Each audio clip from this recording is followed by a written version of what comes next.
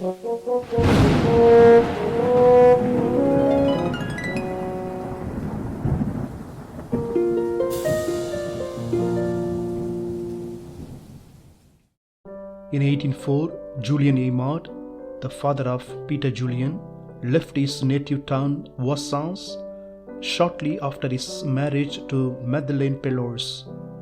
This was his second marriage. His family already numbered 6 children, and he came to Namur hoping to find more opportunities.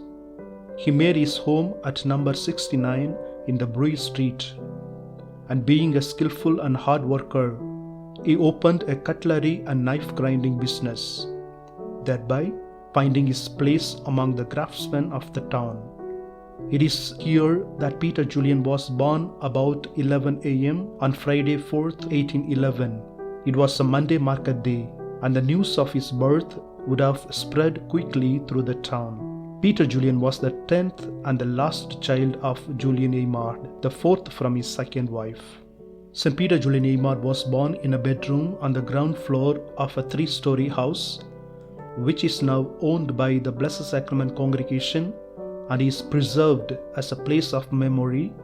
A museum exhibition dedicated to Eymard was opened here on February 2011 during the 200th anniversary year of Father Eymard's birth. His father Julian's knife sharpening business was located in a room on the left of the corridor.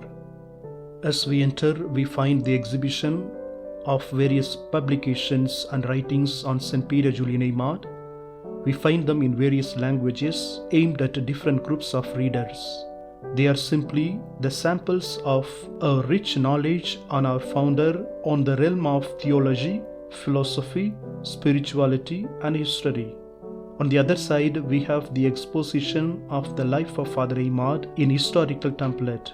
Each one of them carry the history by which Father Eymard grew up, strengthened in spirituality, discerned his vocation, chose his charism, found the congregation, and left behind his vision and spirit, which is being carried on up to now throughout the world. All these depictions take us back to the time of Father Eymard. Alongside, we find various relics and monuments of Father Eymard.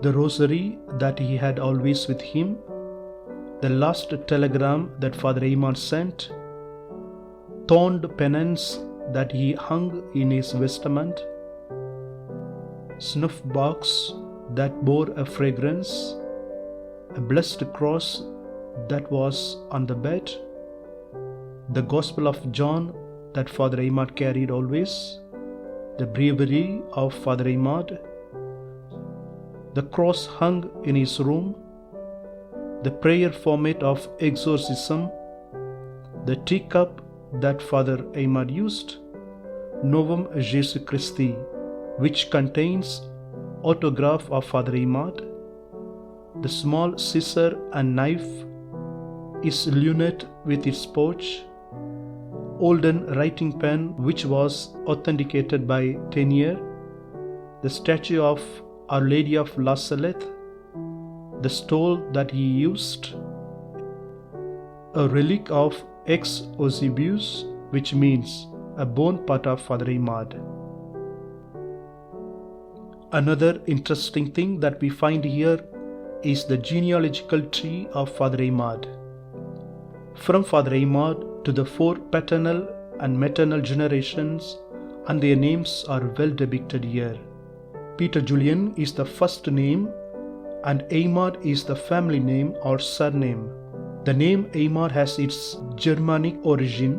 It comes from 2 words, Eymars meaning home and Ardus meaning strong. It is said in France alone, around 3,000 people have Eymard as their surname. Peter Julian was born of Julian Eymard and Mary Madeleine Pellours. Julian Eymard, his father, was born of Claude Eymard and Marianne Dusser.